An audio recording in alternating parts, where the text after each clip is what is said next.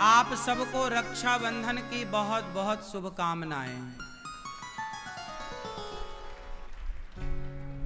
कौन से बंधन की? कौन सा बंधन है? हाँ, ये बंधन तो प्यार का बंधन है, तो जन्मों का संगम है। ये बंधन तो प्यार का बंधन है, जन्मों का संगम है।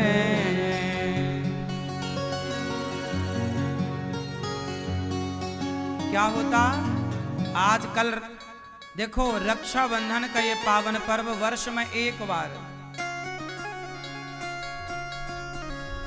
श्रावण मास की पूर्णिमा को यह त्योहार मनाया जाता है। इस त्योहार में विशेषता जानते हैं क्या है? इस त्योहार में विशेषता ये है कि सबसे पहले राजा बलि को माता लक्ष्मी जी ने राखी बांधी, भगवान श्री कृष्ण को माता द्रौपदी ने राखी बांधी। तब से ये परंपरा चली कि हर बहन अपने भाई को रक्षाबंधन के दिन राखी बांधती है। रक्षाबंधन का मुहूर्त कितने बजे है राखी बांधने का आपको पता है? 2:06 के बाद, 2 जब घड़ी में 2:06 हो जाएं, उसके बाद ही कल आप लोग अपने भाई को राखी बांधिएगा। क्योंकि सुंदर मुहूर्त, सुंदर घड़ी में जब राखी बांधी जाएगी तो रक्षाबंधन में जो बंधन होता है वो कोई सामान्य बंधन नहीं है। वो बंधन आपके भाई की उम्र लंबी करने वाला बंधन है, आपके भाई के यश को बढ़ाने वाला बंधन है, आपके भाई की कीर्ति को बढ़ाने वाला बंधन है। बहन अपने भाई का यश बढ़ता हुआ देखना चाहती है, कीर्ति बढ़ता हुआ देखना चाहती है। क्यों? क्योंकि भगवान ना करे कि कल को बहना पर कोई संकट आया तो भाई सबसे पहले आकर अपनी बहन की रक्षा के लिए खड़ा होगा। कोई खड़ा हो ना हो, पर बहन की रक्षा के लिए कौन खड़ा होगा? भाई। तो कल 2:00 मतलब रक्षाबंधन के दिन 2:06 के बाद ही, क्योंकि 1:15 बजे तक तो भद्रा है, उसके बाद भी फिर कोई बढ़िया सुंदर जो मुहूर्त है वो 2:06 के बाद से ही स्टार्ट होगा। तो आप कल अर्थात प्रेम पूर्वक रक्षाबंधन अपने 19 तारीख को, 19 अगस्त 2:06 से पावन पर्व भाई का मुख जब राखी बांधो तो पूर्व दिशा की ओर होना चाहिए। राखी हमेशा या लाल कलर की या पीले कलर की हो, धागा है ना, धागा भी रेशम का होना चाहिए। भगवान गोपियों का संदेशा उद्धव जी श्री कृष्ण तक पहुंचाते हैं और भगवान ने अपने हृदय में गोपियों का दर्शन कराया। ये गोपियों का जो दर्शन था उद्धव जी को, ये केवल अभिमान को, जो अभिमान था गोपियों के अंदर, एक उद्धव जी के अंदर, उन अभिमान को गोपियों ने तोड़ा और भगवान ने अपने हृदय में गोपियों का पावन सा दर्शन कराया।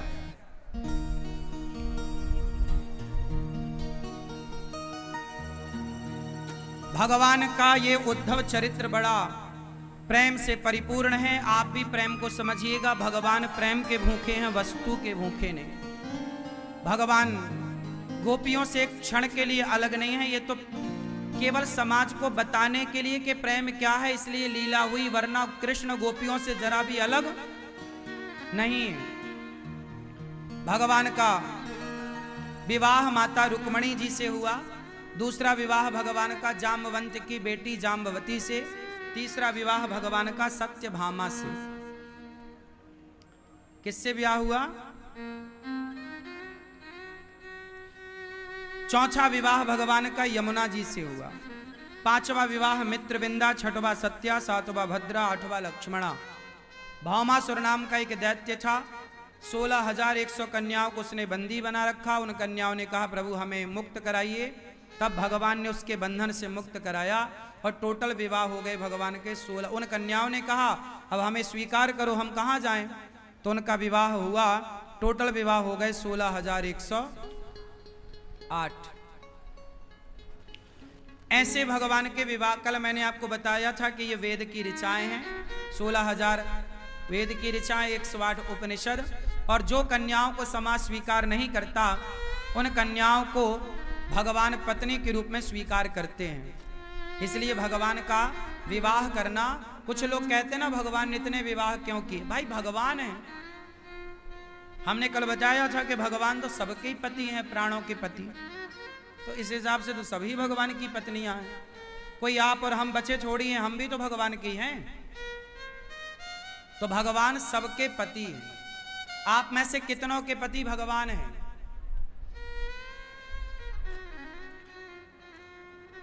भैया आपके पति कौन हैं? मोहन? हम सबके पति मनमोहन भगवान। भगवान अपनी पत्नी से ना थोड़ा हंसी मजाक भी करते हैं। गृहस्थी कैसी चलती है? रोते रोते नहीं चलती। कैसे चलती है? हंसते हंसते कट जाए रस्ते, जिंदगी यूं ही चलती रहे। कैसी चलेगी? हंसते के रोते रोते? हंसते हंसते जिंदगी चलनी चाहिए। कैसी चलनी चाहिए? कैसी चलनी चाहिए? हंसते हंसते, हंसते हंसते चलो। पत्नी से थोड़ा हंसते रहो, पति से थोड़ा हंसते रहो, थोड़ा हंसते रहो, थोड़ा रूठो, थोड़ा मनाओ, थोड़ा नाचो, थोड़ा गाओ, थोड़ा अच्छा जीवन जियो। कुछ लोग ना बस भौंदू टाइप के बैठे रहेंगे मुंह फुलाए। ऐसे लोग अच्छे नहीं होते। कुछ लोग ऐसे हंसते ही नहीं, थोड़ा हंसा भी करो मेरी माँ। कुछ लोग होते हैं ना बस ऐसे बैठ रहे।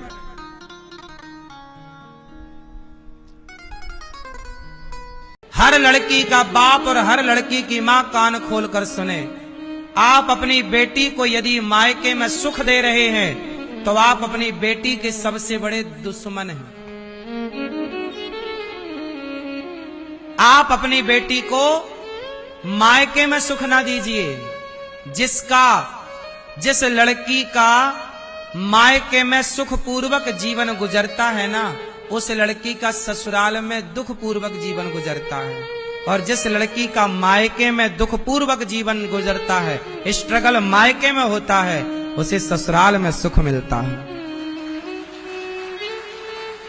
बाप कहता है अरे मेरी बेटी है, ससुराल जाएगी, वहां तो काम करना ही पड़ेगा बेटा, घर में कुछ मत कर। जब घर में कुछ कराया ही नहीं तो ससुराल में करेगी क्या? सीखेगी कहां? माँ बाप का घर ही यूनिवर्सिटी है। माँ बाप का घर ही लड़की का सबसे बड़ा स्कूल है, कॉलेज है, यूनिवर्सिटी है। हाँ या ना?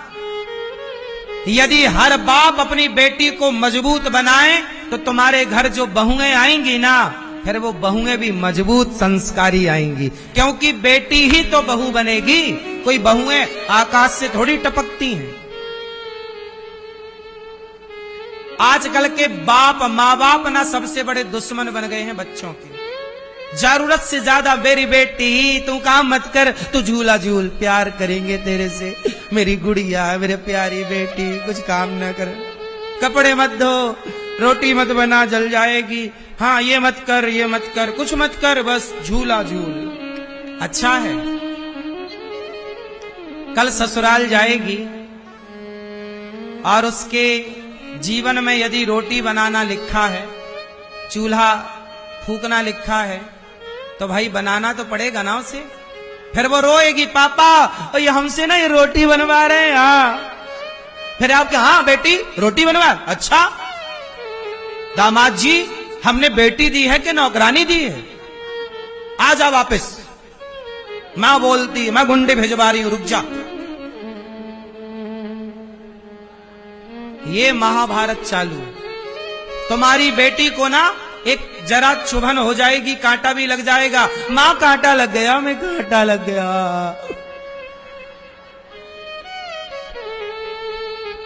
वो रोटी की ना भाप लग गई, उंगली जल गई, और बना लो जूजू। ऐसे ही तुम्हारी बहू होगी, जरा जरा बातों को वो अपने माँ बाप को फोन लगा लगा के बताएगी। तुम्हें शर्म भी नहीं आती? बेटी तुम्हें फोन लगा के बात करती है, दिन भर अपना दुख बताती है, थोड़ा मजबूत बनाती ना मेरी माँ कि बेटा ये सब सहना पड़ता है, बर्दाश्त करना पड़ता है। फिर कोई घर ना चलेगा, क्योंकि बेटियां आजकल बड़ी लापरवाह हो रही हैं। सबको सुख चाहिए। आजकल लड़कियां कहती हैं हम बहू हैं, कोई नौकरानी थोड़ी है। दिल्ली की एक सच्ची घटना बोल रहा हूं। एक बहुत बड़े बाप की बेटी का ब्याह हुआ, सच्ची घटना। आप समझना कि देखो आज हमारा स्तर कितना गिर गया है आज के युग में। आज क्या होता है, एक लड़की का ब्याह हुआ, बहुत बड़े घर की लड़की, करोड़ नहीं अरबपति, अरबपति लड़का था और अरबपति लड़की, दोनों बराबर के थे। लड़की क्या कमी थी, अरबपति थी। क्या हुआ, एक दिन क्या हुआ, घर में मेहमान आ गए। सुनो, मेहमान आ गए तो ससुर ने अपनी बहू से कह दिया कि बेटा मेहमान आए हैं, जरा मेहमानों को पानी ले आओ। अब बताओ, ससुर ने कह दिया कि मेहमान आए हैं, जरा बहू क्या ले आओ, पानी। तो बहू बिगड़ गई। क्या कह रहे हैं आप, मैं कोई नौकरानी हूं? ये काम नौकरों का है। आप बहू लाए हैं कि नौकरानी लाए हैं? भैया उसने ससुर को डांट दिया सबके बीच में कि मैं कोई नौकरानी हूं। आजकल ना पानी वानी लाने के लिए लोग नौकर रखते हैं, तो बहुओं को लगता है कि यार ये काम तो नौकर का है। आजकल आपके घर में रोटी बनाने वाले नौकर होते हैं, तो उनको लगता है कि यार ये काम तो नौकर का है। आजकल ना पानी पिलाना भी नौकरों का काम हो गया है मेहमानों को, जबकि पहले ये काम घर के लोग करते थे, मेहमानों को पानी पिलाना। मेहमान आए, हमारे मौसा आए, फूफा आए, तो हम लोग उनके पांव धुआ करते थे। ये परंपराएं थी। अब सोचो, उस लड़की ने कहा कि आपने नौकरानी समझ लिया, वो चली गई। इतनी सी बात के लिए उसने तलाक दे दी अपने पति को कि तुमने हमें नौकरानी बनाया, हमसे पानी लाने को क्यों कहा। सोचो जरा, अब ये भी कोई बात थी तलाक लेने की, पर ये भी मुद्दा है। तुम काम ना करोगी ना तो बीमार भी पड़ जाओगी। चला लो फिर गृहस्थी कैसे चलेगी। इसलिए आप अपनी बेटियों को क्या दे रहे हैं, बहुत सुख दे रहे हैं। रोगे तुम तो तुम तो मर जाओगे टाइम से, लेकिन बेटियां तुम्हारे मरने के बाद घुट घुट के मरेंगी, क्योंकि सीखा नहीं ना कुछ करना, सहना नहीं सीखा। माता सीता के जीवन में संकट आया, पति ने घर से निकाल दिया समाज के कहने से। वो सीता मैया कुल्हाड़ी लेकर जंगल की लकड़ियां काटती रहीं। लव कुश को एक साधु की कुटिया में जन्म दिया। चाहती तो जनकपुर चली जाती, चाहती सीता मैया तो जनकपुर जा सकती थी ना अपने पिता के घर, कि मैं जंगल में क्यों रहूं, मैं अपने पिता के घर रहूंगी। आपके पति घर से निकालते, सीता वाली परिस्थिति आपकी होती तो आप जंगल जाती कभी, जब आपके पिता जनक जैसे संपन्न होते। तो ये तो संस्कारों की बात है। लड़की वो अच्छी नहीं जो पिता का नाम रोशन करे, पिता का तो हो ही जाएगा। लड़की वो अच्छी है जो पति का और ससुराल पक्ष का नाम रोशन करे। जब वो पक्ष का नाम रोशन होगा तो अपने आप पिता पक्ष का नाम रोशन हो जाएगा। हाँ या ना?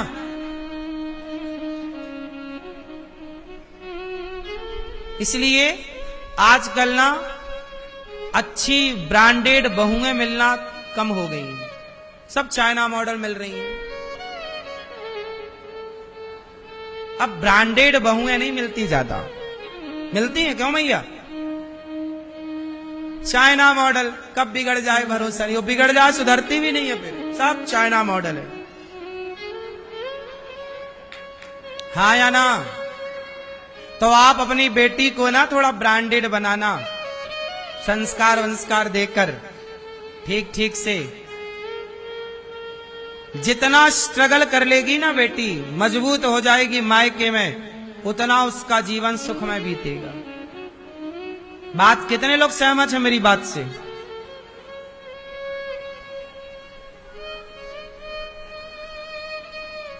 लड़कियों को ना कुछ पता नहीं होता।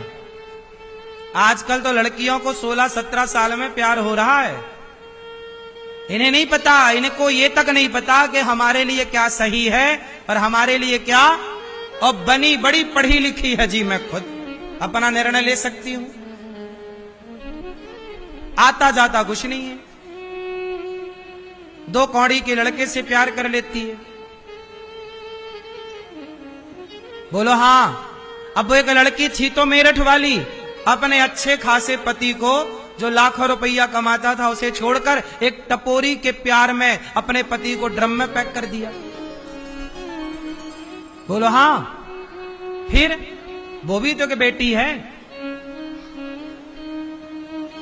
क्यों ऐसा हुआ? इसलिए लड़कों को भी संस्कार दो, लड़कों को भी तपाओ। ज्यादा सुख सुविधाएं लड़कों को ना दो। मेरा बेटा तू तो बस झूला झूल, नहीं, लड़कों को सवेरे 2 थप्पड़, शाम को 2। गलती करने पर सिर पे ना चढ़ाओ वरना रोओगे। मेरी बात गंभीरता से मत लो ना, तो मुझे क्या करना? तुम्हारी औलाद सिर पे नाचे, छानी पे नाचे, हमें क्या करना? हम तो जो ठीक लगा समाज में वो कह रहे हैं। एक मैया मेरे पास आई अभी 4 दिन पहले, 14 साल का लड़का था, 13 साल का। दोनों माँ बाप, गुरुजी ये बेटा हमारा एक लौता बेटा है, बड़ा दुलार लाड़ प्यार किया, अब ये हम दोनों को मारता है। मोबाइल नहीं देते तो मारता है, पढ़ने का कहते हैं तो मारता है। चाहे बेटा कितना प्यारा हो, सिर पे चढ़ाना ना चाहिए। गाना नहीं सुना?